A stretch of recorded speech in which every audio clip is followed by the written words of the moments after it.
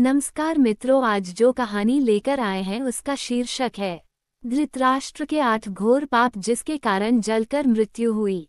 गांधारी के साथ धोखा धृतराष्ट्र का पहला पाप कर्म था, क्योंकि गांधारी को विवाह के समय यह नहीं बताया गया कि धृतराष्ट्र जन्मांध हैं।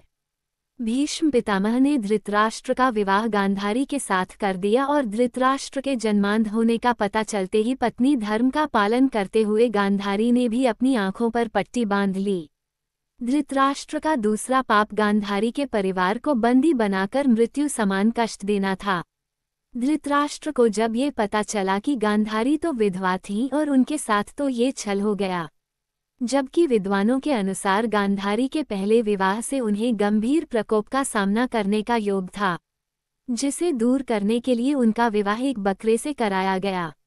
इसके बाद धृतराष्ट्र से उनका विवाह हुआ ताकि वह किसी भी तरह के प्रकोप से बच सकें, लेकिन धृतराष्ट्र ने इसका दोष गांधारी के पिता राजा सुबाल को देते हुए उन्हें और उनके पूरे परिवार को कारागार में डाल दिया। उन्हें कारागार में भोजन भी केवल एक व्यक्ति के पेट भरने का देते। तब राजा सुबाल वह सारा भोजन अपने सबसे छोटे पुत्र शकुनी को दे देते ताकि उनके वंश में कोई तो जीवित बचे और धृतराष्ट्र से प्रतिशोध ले सके। धृतराष्ट्र का तीसरा पाप दासी के साथ सहवास करना था। गांधारी के पुत्र जिनको कौरव कहा गया, उनमें से एक भी कौरव वंशी नहीं थे। गांधारी ने महर्षि वेदव्यास से पुत्रवती होने का आशीर्वाद प्राप्त किया। तब उन्हें 2 वर्ष बाद 99 पुत्र और एक पुत्री की प्राप्ति हुई। उधर गांधारी जब गर्भवती थी तो धृतराष्ट्र ने अपनी दासी के साथ सहवास किया। उनसे उन्हें एक पुत्र की प्राप्ति हुई जिनका नाम युयुत्सु था। तब कौरवों की संख्या 99 से 100 हो गई। धृतराष्ट्र का चौथा पाप पांडवों के साथ किया गया अन्याय था।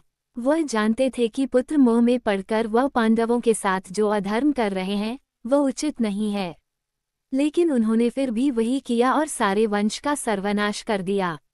महाभारत युद्ध रोकने के लिए महात्मा विदुर ने उन्हें कई बार समझाया और युद्ध के परिणामों के बारे में बताया, लेकिन सब कुछ जानते समझते हुए भी धृतराष्ट्र चुप ही रहे। और 5वां और जघन्य पाप द्रौपदी चीरहरण के समय धृतराष्ट्र का चुप रहना। यह एक ऐसी घटना थी जिसने महाभारत युद्ध की नींव डाली। ये कहना बिल्कुल भी गलत नहीं था। द्रौपदी का चीरहरण एक ऐसी घटना थी जिसने प्रतिशोध की अग्नि को जन्म दिया और फिर उसका परिणाम इतिहास का सबसे बड़ा युद्ध महाभारत देखने को मिला। धृतराष्ट्र का 6वां पाप अपने भाई के बच्चों का हक छीनना भी था।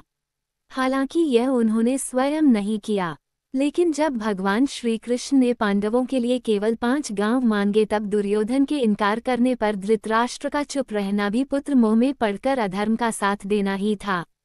केवल दुर्योधन और शकुनी की ही बात मानते रहे। भीम को मारने की इच्छा धृतराष्ट्र का 7वां पाप था। जब महाभारत समाप्त हो चुका था तब सभी पांडव धृतराष्ट्र से मिलने पहुंचे। वहां भीम के अलावा सभी ने धृतराष्ट्र को प्रणाम किया। जब भीम की बारी आई तो भगवान श्री कृष्ण ने भीम को रोका और भीम की जगह उनके ही आकार की बनी एक लोहे की मूर्ति आगे बढ़ा दी। धृतराष्ट्र पुत्रों के वध से अत्यंत क्रोध में थे। उन्होंने समझा कि उनके सामने भीम है तो उन्होंने उसे कसकर पकड़ा और तोड़ दिया। लेकिन जब उनका क्रोध शांत हुआ तो भीम को मृत समझकर रोने लगे। उसी समय भगवान श्री कृष्ण ने उन्हें बताया कि वो उनके क्रोध की अग्नि को जानते थे, इसलिए भीम की जगह उनके आकार की मूर्ति आगे कर दी थी। इस तरह श्री कृष्ण जी ने भीम को धृतराष्ट्र के क्रोध से बचाया। 8वां पाप धृतराष्ट्र के पूर्व जन्म का था। उस समय वह अत्यंत निर्दयी राजा थे। एक दिन वो विहार पर निकले और देखा कि सरोवर में एक हंस अपने बच्चों के साथ विहार कर रहा है। तब उन्होंने अपने सैनिकों को आदेश दिया कि वो उस हंस की आंखें निकाल लें। सैनिकों ने वैसा ही किया। हंस की दुर्दशा और उसकी मौत के साथ ही उसके बच्चों की भी मौत हो गई।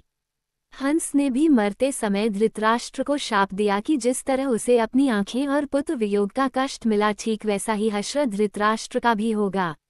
महाभारत का युद्ध समाप्त हुए 15 वर्ष बीत गए थे। धृतराष्ट्र, कुंती, गांधारी और संजय वन चले गए। एक दिन धृतराष्ट्र गंगा में स्नान करने के लिए गए तो अचानक ही जंगल में आग लग गई। इसकी जानकारी मिलती ही गांधारी, कुंती और संजय वन की ओर गए। जहां सभी ने धृतराष्ट्र से बाहर आने के लिए कहा, लेकिन शारीरिक रूप से कमजोर होने के कारण वह बाहर नहीं निकल सके। तब संजय ने गांधारी और कुंती से कहा कि वह जंगल से प्रस्थान करें। लेकिन धृतराष्ट्र को आग में देखकर गांधारी और कुंती ने भी वहां से नहीं जाने का निर्णय लिया। इस तरह धृतराष्ट्र के साथ ही गांधारी और कुंती की भी मृत्यु हो गई। हमारे चैनल पर ऐसी ही अच्छी अच्छी कहानियां मिलेगी। चैनल को सब्सक्राइब जरूर कीजिएगा। धन्यवाद।